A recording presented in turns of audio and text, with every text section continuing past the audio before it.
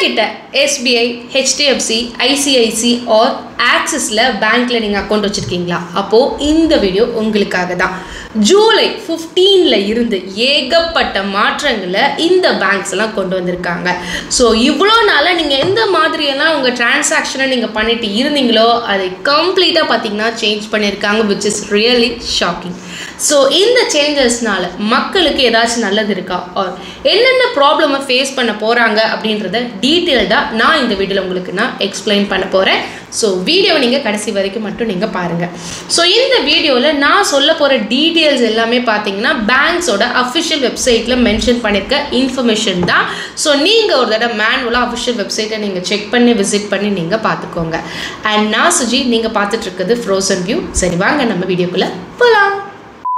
சரி, first SBIல account வச்சிருக்க கஸ்டமர்ஸ்க்கு என்னென்ன சேஞ்சஸ் கொண்டு வந்திருக்காங்க அப்படின்றத நம்ம பார்க்கலாம். பிகாஸ் இந்தியாவில் நிறைய பேர் பார்த்தீங்கன்னா SBIல தான் அக்கௌண்ட் வச்சுருப்பாங்க. ஸோ இந்த ஜூலை 15ல இருந்து SBI கிரெடிட் கார்டு யூஸ் பண்ணுறவங்களுக்கு ஒரு மிகப்பெரிய சேஞ்சஸை கொண்டு வந்திருக்காங்க. கிரெடிட் கார்டில் அமௌண்ட் பே பண்ணுற டைமில் 2 ஆப்ஷன் பேங்க் கொடுப்பாங்க. ஒன்று ஃபுல் அமௌண்ட் பே பண்ணுற ஆப்ஷன், செகண்ட் பார்த்தீங்கன்னா மினிமம் அமௌண்ட் பே பண்ணுற ஆப்ஷன். ஸோ இது எதுக்காக கொடுப்பாங்கன்னா, மினிமம் அமௌண்ட் பே பண்ணிட்டா லேட் ஃபீ அப்படின்னு ஒன்று நம்ம பே பண்ண தேவை கிடையாது. அண்ட் ரிமைனிங் அமௌண்ட்டுக்கு மட்டும் பேங்க் இன்ட்ரெஸ்ட் சார்ஜ் பண்ணுவாங்க. ஸோ எவ்வளோ நாள் இந்த மினிமம் அமௌண்ட் எப்படி கால்குலேட் பண்ணுவாங்கன்னு பார்த்தீங்கன்னா, எவ்வளோ அவுட்ஸ்டாண்டிங் பேலன்ஸ் இருக்கோ அதில் இருந்து 5% தான் சார்ஜ் பண்ணுவாங்க. ஃபார் எக்ஸாம்பிள் 30,000 அவுட்ஸ்டாண்டிங் பேலன்ஸ்னு வச்சுப்போம். அதில் இருந்து 5%, அதாவது 1,500 ரூபாய் ப்ளஸ் வேறு ஏதாவது சார்ஜஸ், அவ்வளோதான். இதனால மக்களுக்கு பெரிய அளவில் ப்ராப்ளம் இல்லை. ஃபுல் அமௌண்ட் கட்ட முடியாட்டி கூட இது போல் கட்டிட்டு போயிடுவாங்க. பட் இப்போ இதில் ஒரு பெரிய மாற்றத்தை தாங்க இப்போ SBI கொண்டு வந்திருக்காங்க. ஒரு எக்ஸாம்பிளோட சொல்கிறேன், கவனிங்க. நான் இந்த மாதம் டோட்டலாக 30,000 பேங்க்குக்கு நான் பே பண்ணணும். ஸோ இந்த 30,000 நான் ஹோட்டல்லையோ இல்லை சூப்பர் மார்க்கெட்லேயோ இல்லை பெட்ரோல் பங்க்லேயோ யூஸ் பண்ணியிருப்பேன்ல, அதுக்கு நேம் ரீட்டைல் பர்ச்சேஸ். ஸோ அது பார்த்தீங்கன்னா 20,000ன்னு வச்சுப்போம். எனக்கு மாதம் EMI பே பண்ணணும். ஸோ அது ஒரு 6,000ன்னு வச்சுப்போம். EMIக்கு GST பார்த்தீங்கன்னா 500 ரூபான்னு வச்சுக்கலாம். நான் கிரெடிட் கார்டு யூஸ் பண்ணி ATMலேருந்து அமௌண்ட்டை வித்ட்ரா பண்ணியிருப்பேன்ல, ஸோ அதுக்கு ஃபீ அண்ட் இன்ட்ரெஸ்ட் பார்த்தீங்கன்னா 3,500 ரூபான்னு எடுத்துக்கலாம். ஸோ மொத்தம் 30,000 இந்த மாதம் நான் பேங்க்குக்கு பே பண்ணணும். இது ஒரு எக்ஸாம்பிள் தான் இந்த கேல்குலேஷன். ஸோ முன்னாடி என்ன பண்ணுவோம், டோட்டலாக 30,000ல் 5% மட்டும் தான் நம்ம பே பண்ணுற மாதிரி இருக்கும். அதாவது 1,500 ரூபாய் தான் நம்ம கொடுப்போம். பட் இப்போது பேங்க் எப்படி கால்குலேட் பண்ணுறாங்கன்னு பார்த்தீங்க அப்படின்னா, GST அண்ட் சார்ஜஸ் எவ்வளோ, 500 ரூபாய், அதை அப்படியே எடுத்துப்பாங்க. நெக்ஸ்ட் EMI எவ்வளோ பே பண்ணணும், 6,000 ரூபாய், ஸோ அதையும் அப்படியே எடுத்துப்பாங்க. அப்புறம் ATM withdrawal fee and interest எவ்வளோ, 3,500 ரூபாய், ஸோ அதையும் பார்த்தீங்கன்னா அப்படியே எடுத்துப்பாங்க. ஃபைனலாக நம்ம ரீட்டைல் ஸ்பெண்ட் பண்ணது எவ்வளோ, 20,000, அதில் 2% 400 ரூபாய் எடுத்துப்பாங்க. ஸோ டோட்டலாக மினிமம் நம்ம எவ்வளோ பே பண்ணணும்னா 10,400 ரூபாய் பே பண்ணணும். முன்னாடி நம்ம எவ்வளோ பே பண்ணிட்டு இருந்தோம், 1,500 ரூபாய் பே பண்ணாலே போதும். பட் இப்போ 10,400 ரூபாய் பே பண்ணணும். இப்போ second scenario, payment allocation. Suppose உங்கள் அவுட்ஸ்டாண்டிங் பேலன்ஸ் 30,000 இருக்கு, உங்ககிட்ட 15,000 தான் இருக்குன்னு வச்சுப்போம். ஸோ அதை பே பண்ணுறீங்கன்னா முன்னாடி என்ன ஆகும்னா, நீங்கள் பண்ண ரீட்டைல் பர்ச்சேஸ் இருக்குல்ல, அந்த அமௌண்ட்டில் இருந்து இந்த 15,000 மைனஸ் ஆகி ரிமைனிங் அமௌண்ட்டுக்கு தான் இன்ட்ரெஸ்ட் கால்குலேட் பண்ணுவாங்க. இப்போது நம்ம எக்ஸாம்பிள்லேயே ரீட்டைல் பர்ச்சேஸ் 20,000, ஸோ 15,000 பே பண்ணதுமே இந்த 20,000ல் 15,000 போச்சு அப்படின்னா 5,000 ரூபாய். ஸோ இது கூட ரிமைனிங் இருக்கிற அமௌண்ட்டில் ஆட் ஆகி தான் அதுக்கு தான் நம்ம வட்டியும் கட்டுவோம். இப்போது இதுக்கும் சேஞ்சஸ் கொண்டு வந்திருக்காங்க. இப்போது புது ரூல்ஸ் படி பார்த்தீங்கன்னா, நீங்கள் 15,000 கட்டின உடனே ஃபர்ஸ்ட் GSTக்கு தான் எடுத்துப்பாங்க, தென் EMIக்கு தான் அடுத்து எடுத்துப்பாங்க, தென் ஃபீஸ், அதுக்கப்புறம் இன்ட்ரெஸ்ட், அதுக்கப்புறம் தான் நீங்கள் பண்ண பர்ச்சேஸுக்கு எடுத்துப்பாங்க. நம்ம கேல்குலேஷன் படி பார்த்தாலே GST 500 ரூபாயில் அதை எடுத்துப்பாங்க, தென் EMI 6,000 ரூபாய் அதையும் எடுத்துப்பாங்க. தென் கேஷ் வித்ட்ரால் பண்ண சார்ஜஸ் இருக்குல்ல, ஸோ அது ஒரு 3500 ரூபாய், அதையும் எடுத்துப்பாங்க. இப்போ டோட்டலாக ஆட் பண்ணால் 10,000 ரூபாய்.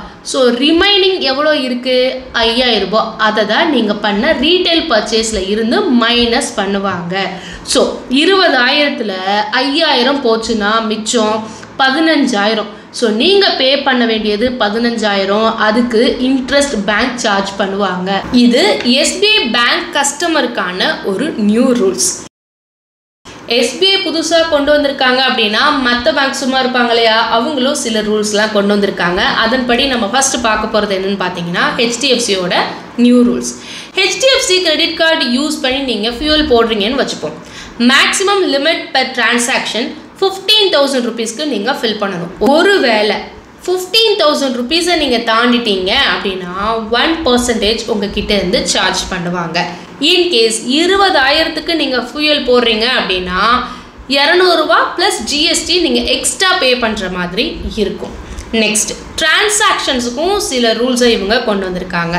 First online skill gaming platform இருக்குல்ல, அதுக்கு 1 மந்தோட லிமிட் 10,000 தான் இப்போ ஃபிக்ஸ் பண்ணியிருக்காங்க. இன்கேஸ் நீங்கள் அதுக்கு மேலே நீங்கள் ஸ்பெண்ட் பண்ணுறீங்க அப்படின்னா அதுக்கு இவங்க பார்த்தீங்கன்னா 1% ஃபீஸ் உங்ககிட்ட இருந்து சார்ஜ் பண்ணுறாங்க.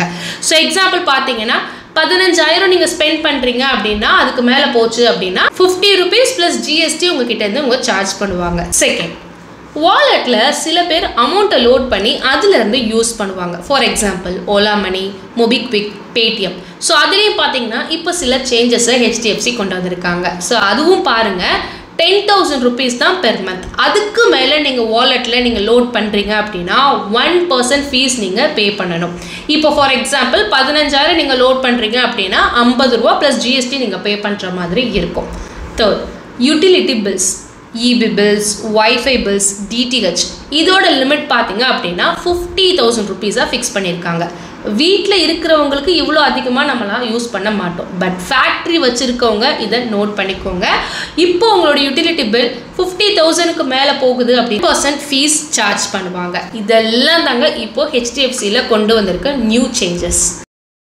நெக்ஸ்ட் நம்ம எதை பார்க்க போகிறோம் அப்படின்னா ICICI பேங்க்கில் கொண்டு வந்திருக்க சேஞ்சஸ் தான். இவங்க என்னென்ன கொண்டு வந்திருக்காங்க அப்படின்றத நம்ம பார்க்கலாம். ஸோ ICICI பேங்க் டெபிட் கார்டுக்கு தாங்க இந்த சேஞ்சஸ் கொண்டு வந்திருக்காங்க. ஸோ டெபிட் கார்டுக்கு ஆனுவல் மெயின்டெனன்ஸ் ஃபீஸ் போடுவாங்கல்ல, so 150 plus GST or some கார்ட்ஸ்க்கு பார்த்தீங்கன்னா 200 ப்ளஸ் GSTயாக இருந்துச்சு. பட் ஜூலை 1ல் இருந்து இப்போது 300 ப்ளஸ் GSTயாக இருக்குது. அது மட்டும் கிடையாது, கார்டு ரீப்ளேஸ்மெண்ட் ஆர் கார்டு தொலைஞ்சு போச்சுன்னா நியூ கார்டு வாங்குவோம்ல, ஸோ முன்னாடியெல்லாம் பார்த்தீங்க அப்படின்னா 200 ரூபா ப்ளஸ் GSTயாக இருந்துச்சு. இப்போ பார்த்தீங்க அப்படின்னா 300 ரூபா ப்ளஸ் GSTயாக சேஞ்ச் பண்ணிட்டாங்க. ஸோ இந்த சேஞ்சஸ் தாங்க இப்போது ICICI பேங்க்கில் கொண்டு வந்திருக்காங்க. ஃபைனலாக ஆக்சிஸ் பேங்க், இவங்க பார்த்தீங்கன்னா ATM வித்ட்ரால் இருக்குல்ல, அதில் தான் சேஞ்சஸ் இப்போது கொண்டு வந்திருக்காங்க. ஸோ அது என்ன அப்படின்றத நம்ம பார்க்கலாம். நீங்கள் ஆக்சிஸ் பேங்க்கோட ATMல இருந்து அதில் நீங்கள் 5 டைம்ஸ் வர மட்டும்தான் நீங்கள் ஃப்ரீயாக யூஸ் பண்ண முடியும். அண்ட் அதர் பேங்க் ATMல யூஸ் பண்ணுறீங்கன்னா லைக் சென்னை, கோயம்புத்தூர் மாதிரி மெட்ரோ சிட்டிஸில் இருக்கிற அதர் பேங்க் ATMனா 3 டைம்ஸ். அண்ட் நான் மெட்ரோ சிட்டிஸில் இருக்கிற அதர் பேங்க் ATMஸ்னால் 5 டைம்ஸ் நீங்கள் ஃப்ரீயாக நீங்கள் யூஸ் பண்ணிக்கலாம். இப்போது இந்த ஃப்ரீ லிமிட்ஸை நீங்கள் தாண்டிட்டீங்க அப்படின்னா ஒவ்வொரு டிரான்சாக்ஷனுக்கும் இவங்க 23 ருபீஸ் இவங்க சார்ஜ் பண்ணுறாங்க. ஸோ அதை நீங்கள் கண்டிப்பாக மைண்டில் நீங்கள் வச்சுக்கோங்க. ஸோ இது எல்லாம் தாங்க இந்த பேங்க்ஸில் கொண்டு வந்திருக்க நியூ சேஞ்சஸ். ஸோ கண்டிப்பாக இதில் இருக்க பேங்க்ஸில் ஏதாவது ஒன்று தான் நம்ம யூஸ் பண்ணிகிட்டே இருப்போம் ஆர் நமக்கு தெரிஞ்சவங்களும் யூஸ் பண்ணிகிட்டே இருப்பாங்க. ஸோ மறக்காமல் அவங்களுக்கும் இந்த இன்ஃபர்மேஷனை தெரிஞ்சுக்கணும்னு நினச்சிங்கன்னா இப்போவே இந்த வீடியோ உங்களோட ஃப்ரெண்ட்ஸ் அண்ட் ஃபேமிலி மெம்பர்ஸ்க்கு நீங்கள் ஷேர் பண்ணி விடுங்க. இந்த வீடியோவில் நான் எக்ஸ்பிளைன் பண்ணியிருக்க எல்லா டீட்டெயில்ஸுமே அந்தந்த பேங்க்ஸோட அஃபிஷியல் வெப்சைட்டில் மென்ஷன் பண்ணியிருக்கிறதாங்க. ஸோ நீங்கள் மேனுவலாக உங்களோட பேங்க்ஸ் வெப்சைட்டில் நீங்கள் செக் பண்ணி பார்த்து நீங்கள் கன்ஃபார்ம் பண்ணிக்கோங்க. ஸோ அவ்வளோதாங்க இந்த வீடியோ. கண்டிப்பாக இந்த வீடியோ உங்கள் எல்லாருக்கும் ரொம்ப யூஸ்ஃபுல்லாக இருக்கும் அப்படின்னு நான் நினைக்கிறேன். பிடிச்சிருந்துச்சுன்னா லைக் பண்ணிக்கோங்க. இந்த வீடியோ மறக்காமல் உங்களோட ஃப்ரெண்ட்ஸ் அண்ட் ஃபேமிலி மெம்பர்ஸ்க்கு நீங்கள் ஷேர் பண்ணுங்கள். அண்ட் நீங்கள் இன்னும் நம்மளோட ஃப்ரோசன் வியூ சேனலை சப்ஸ்கிரைப் பண்ணாமல் இருக்கீங்கன்னா மறக்காமல் சப்ஸ்கிரைப் பண்ணிக்கோங்க. அடுத்த ஒரு சூப்பரான விஷயத்தோடு நான் உங்களை மீட் பண்ணுறேன். நன்றி.